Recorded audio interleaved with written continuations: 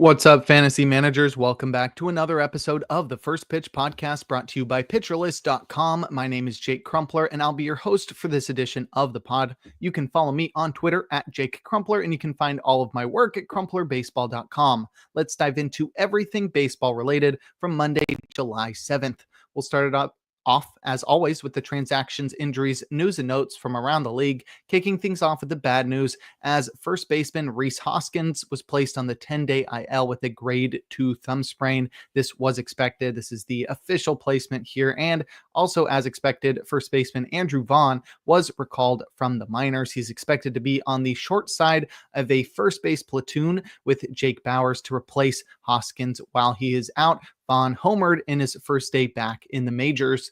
Our other IL placement involves closing pitcher Shelby Miller, who was placed on the 15-day IL with a right forearm strain. Very unfortunate, as the Diamondbacks bullpen has been completely depleted by injuries. Not only did AJ Puck go down and Justin Martinez go down, both with elbow surgeries, but also now Shelby Miller dealing with arm-related injuries as well. So they cannot really get a closer that's going to stay healthy. It looks like Kevin Ginkel will close for the Diamondbacks until Miller returns for the time being. Juan Murillo was recalled for the minors in a corresponding move. In terms of transactions, second baseman Casey Schmidt was activated from the IL after dealing with hand inflammation.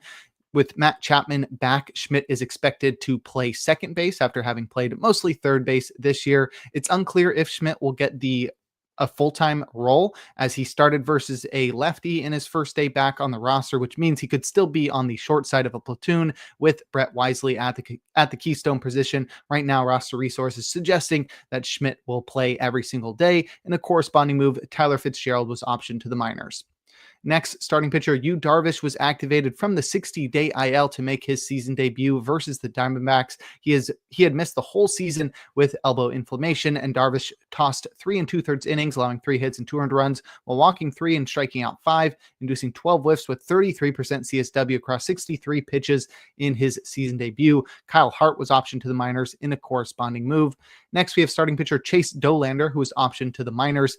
He's not been great this year. Can't really blame him. He's a very young pitcher pitching for the Rockies, which is a very difficult spot to be in, but 6.68 ERA, 1.56 whip, and a 6.1 strikeout minus walk rate for Chase Dollander in the first 15 starts of his career. Bradley Blaylock was recalled from the minors in a corresponding move, and we likely won't have a rotational replacement for Dollander until after the All-Star break, and it could even be Dollander returning back to the lineup. The Rockies are likely thinking we can send Dollander down to the minors and have an extra bullpen spot for the last few days of the first half. So don't be surprised if Dollander comes back right after the All-Star break. And our last transaction involves starting pitcher Kader Montero, who was recalled from the minors to start versus the Rays on Monday. He tossed 6 innings, allowing 4 hits and 1 run, walking 1 while striking out 4, inducing just 2 whiffs with 29% CSW across 68 pitches.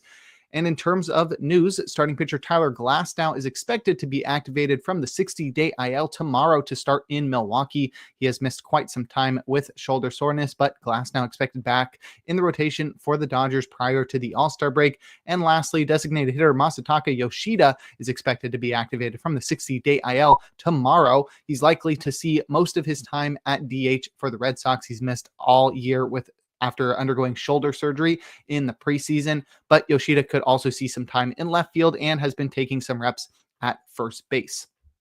Now we'll take a look at our notable performances from Monday, a day in which we had just 10 games on our slate. We'll start it off with our hitters, leading off with designated hitter Colt Keith, who helped the Tigers to a win against the Rays, going 3 for 4 with 2 runs, 2 doubles, a home run, and an RBI. It was his 7th homer of the year and it traveled 390 feet at 107 miles per hour. Keith is not falling subject to the sophomore slump, making notable improvements at the plate while facing almost exclusively right-handed pitching, and leading off for the best team in baseball, thanks to a more patient approach that has Keith walking nearly 5% more often than he did as a rookie, without any drawbacks to his power, which is actually significantly improved, as evidenced by a near doubling of his barrel rate into the double digits. StatCast suggests Keith's been underperforming, and if he can figure out how to pull the ball in the air more often, he'll have more nights like Monday throughout the second half. Next, we have first baseman Vinny Pasquantino, who helped the Royals to win against the Pirates. He went 1-for-4 with a run, a home run, and an RBI. It was his 15th homer of the year, and it traveled 378 feet at 95 miles per hour. I've always loved Vinny P for his plate discipline. Okay, and his personality too, I guess. But he's had more swing and miss in his game this year as he's gotten more aggressive each year of his career, and it hasn't affected him as you'd expect. Yes, Pasquantino's homers are up as he's just 4 shy of his career high of 19, but it hasn't hurt his batting average, as the 271 batting average he's currently sporting is the best of his career since his rookie campaign 4 years ago, and everything is fully supported by his underlying metrics, so I don't expect this altered approach to have negative side effects for Pasquantino. The biggest thing for him is staying healthy, and so far we've had no IL stints, so fingers crossed Vinny completes his first fully healthy season this year. And lastly, we have outfielder Tommy Pham, who did all he could on the opposite side of that one as the Pirates lost in Kansas City. He went 1-for-3 with 2 runs, a home run, 2 RBIs, and a walk for good measure. It was his 3rd homer of the year, and it traveled 428 feet at 106 miles per hour. Pham is doing everything he can to hang on at the MLB level. He's employing the most aggressive approach of his 12-year career and is pulling the ball more than ever as well, but he can't seem to get the ball off the ground nor impact the ball like he used to, leading to a career worst and pretty abysmal 4% barrel rate that has really sapped his power, which means his 238 average and 628 OPS have been earned. And you shouldn't expect much more from Pham. The only silver lining is that he leads off against Southpaws, against whom he had struggled to a 10 WRC plus until Monday when he took Noah Cameron deep. I think I'd be avoiding Pham in all but NL only leagues because of his everyday role. But if you'd like information on other notable hitting performances from Monday, check out the Daily Batters Box article over on pitcherlist.com.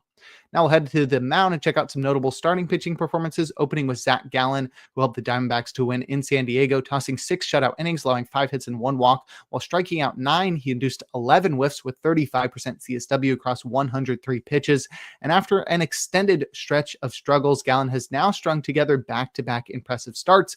After punching out 10 Giants in his last start, he shut out the Padres with 9 strikeouts on Monday. This one had a bit of the same suspicion attached to it, as he was heavily reliant on called strikes, with his 4-seamer returning a whopping 19 called strikes on the pitch, but it worked to avoid damage as the Padres went fishing for Gallen's curve and changeup below the zone. Neither pitch eclipsed a 20% zone rate, pretty impressive, but they still combined for 10 whiffs and 36% CSW.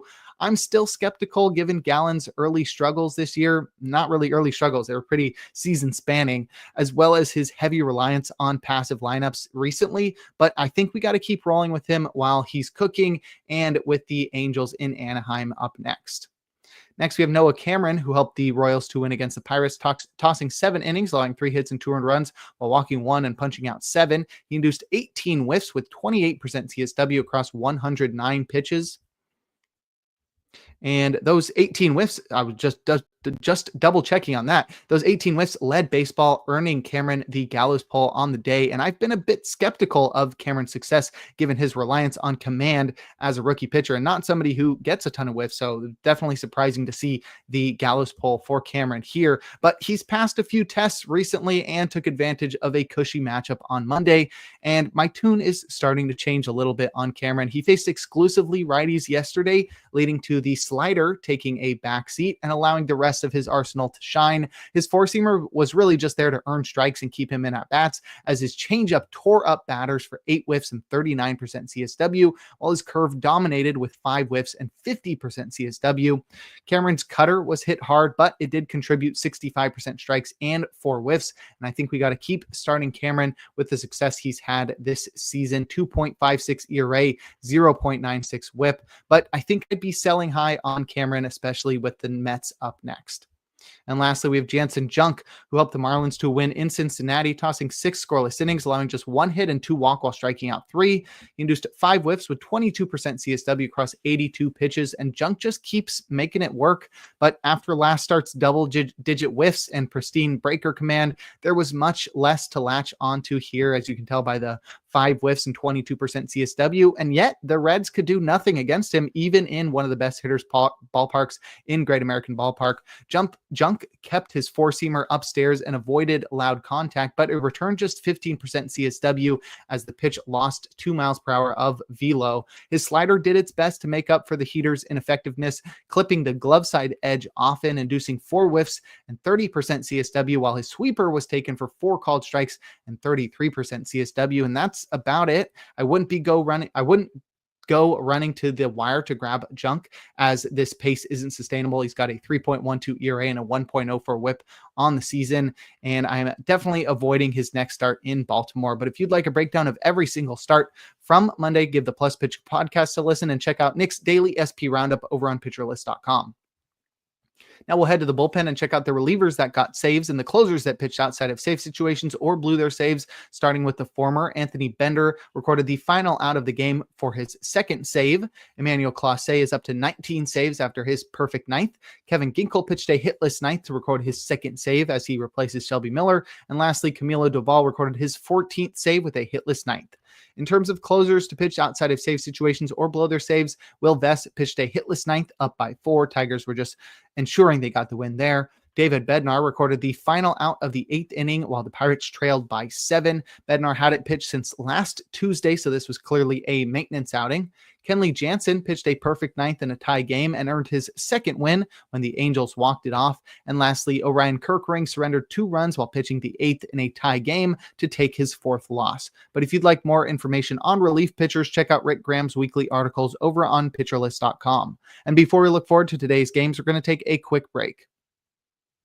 Now look forward to Tuesday, July 8th, a day in which we'll have a full slate of 15 games. My matchup of the day is Ryan Pepio versus Jack Flaherty. I feel like both of these guys have been pretty underratedly good this year, so I'm excited to see how they fare against each other. But honestly, the real notable matchup of the day is Clayton Kershaw versus Jacob Misiorowski. Kershaw, obviously, future Hall of Famer. Misiorowski has been incredible to start his career, so I think that one is probably going to be more fun to watch than Pepio versus Flaherty, but I think both the matchups are worth watching. In terms of probable starters, we've got 7 guys in the auto starts tier, including Hunter Brown versus the Guardians, Robbie Ray versus the Phillies, and Seth Lugo versus the Pirates. In our probably starts tier, we've got 9 guys, and that's where we'll find our streamer of the day in Brian Bayo versus the Rockies.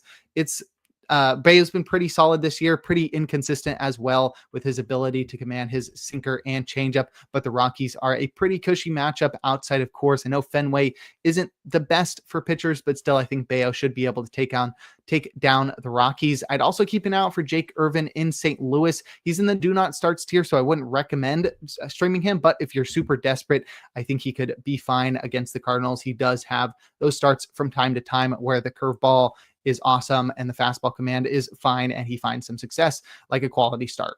In terms of hitter suggestions, I'd be looking at Jonathan India versus Mitch Keller in Kauffman Stadium. He's batted .444 with a homer and a 1389 OPS in 18 at-bats against Keller. I'd also be looking at Tommy Pham on the opposite side of that one. He just homered on Monday, and he'll be taking on Seth Lugo in Kauffman Stadium on Tuesday. And in his career against Lugo, Pham has batted .467 with a 1067 OPS in 15 at-bats. I'd also take a look at Christian Yelich versus Clayton Kershaw in American Family Field. Kershaw is falling off a little as he gets older, and Yelich has torn him up, batting .360 with 2 homers and a 1069 OPS in 25 at-bats against the Southpaw. And lastly, I'd be targeting Willie Adames versus Taijuan Walker in Oracle Park. Adames has been on fire recently and has torn up Walker in a small sample size in his career, batting .500 with a pair of homers and an 1806 OPS in 8 at-bats against Walker. And I will close things out with our relievers to watch. Emmanuel Clase has pitched on back-to-back days, but so has Hunter Gaddis. So expect Cade Smith to be the Guardians' go-to option in the 9th on Tuesday. And lastly, Camilo Doval has pitched on back-to-back days. So I'm hoping Randy Rodriguez is the one who gets the save opportunity if one arises, but it's probably going to be Ryan Walker. But that'll do it for today's episode of the First Pitch Podcast. Make sure to head on over to pitcherlist.com to check out all of the great articles and features we have on the site.